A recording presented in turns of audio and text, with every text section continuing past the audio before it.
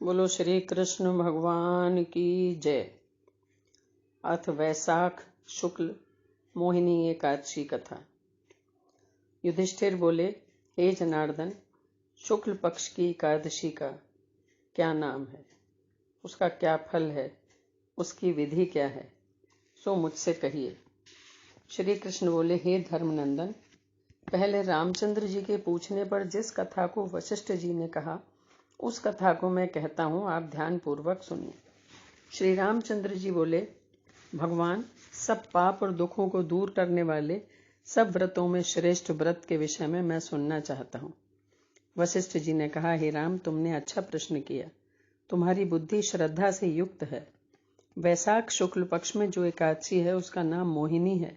वो सब पापों को दूर करती है, इस कारण यह आप सरीखे मनुष्यों के करने योग्य है। ये पापों को दूर करने वाली और दुखों को नष्ट करने वाली है। इस शुभ कथा को एकाग्र चित्त से सुनो। सरस्वती नदी के तट पर भद्रावती नाम की सुंदर पुरी है। वह द्युतिमान नाम का राजा वहां राज्य करता था। बड़ा धैर्यवान, सत्यवादी और चंद्रवंश में पैदा हुआ था। कर्म में प्रवृत्ति रखने वाला, धनपाल के नाम से प्रसिद्ध था। प्याऊ, यज्ञशाला, तालाब, बगीचा आदि को बनवाता था। शांत स्वरूप और भगवान के भक्त उस वैश्य के समान द्युतिमान, मेधावी, सुकृत, धृष्ट बुद्धि नाम के 5 पुत्र थे। 5वां धृष्ट बुद्धि बड़ा पापी था। वेश्याओं से रमण करता, दुष्टों से वार्तालाप में कुशल था, अन्यायी था, पिता के धन को नष्ट करता था, अभक्ष्य वस्तुओं का भक्षण करता था। वो पापी सदा मदिरा पीता था।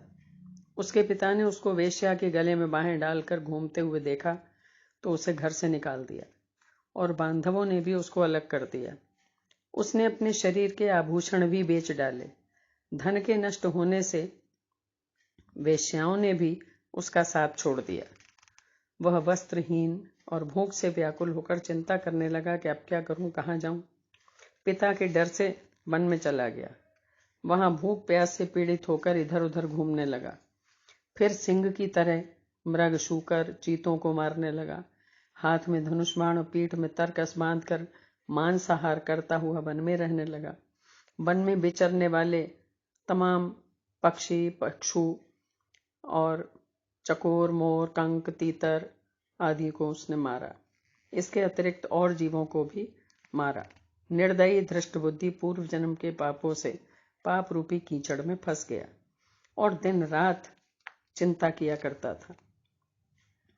कुछ पुण्य के उदय होने पर अचानक वो कौंडिन्य ऋषि के आश्रम में पहुंच गया। वैशाख के महीने में गंगा जी का स्नान करके आए थे। उन तपस्वी कौंडिन्य मुनि के पास शोक से पीड़ित वो धृष्ट बुद्धि गया। उसके वस्त्र से गिरी हुई जल की बूंद के स्पर्श से उसके पाप दूर हो गए। मुनि गंगा स्नान करके आए थे तो उनके वस्त्र भीगे हुए थे और जो बूंदें गिर रही थी उन पे उसका पैर पड़ा तो उसके पाप नष्ट हो गए। धृष्ट बुद्धि मुनि को प्रणाम करके कहने लगा कि हे मुनि, ऐसा प्रायश्चित बताइए जिससे बिना यत्न किए जन्म भर के पापों का नाश हो जाए, क्योंकि धन मेरे पास नहीं है। ऋषि बोले, जिसके करने से तेरा पाप दूर हो उस उपाय को तू सावधान होकर सुन। चैत के शुक्ल पक्ष में, वैशाख के शुक्ल पक्ष में मोहिनी नाम की एकादशी का व्रत कर। ये मनुष्यों के सुमेरु के समान पापों को नष्ट कर देती है। इसका उपवास करने से अनेक जन्मों के पाप दूर हो जाते हैं। मुनि का ये वचन सुनकर धृष्ट बुद्धि ने मन में विचार किया और उसने मोहिनी एकादशी के आने पर उसका विधि पूर्वक व्रत किया। हे नृपश्रेष्ठ, इस व्रत के करने से उसके पाप नष्ट हो गए और फिर दिव्य शरीर धारण करके गरुड़ के ऊपर बैठकर विष्णु लोक को चला गया। बोलो श्री कृष्ण भगवान की जय। ओम नमो नारायणाय।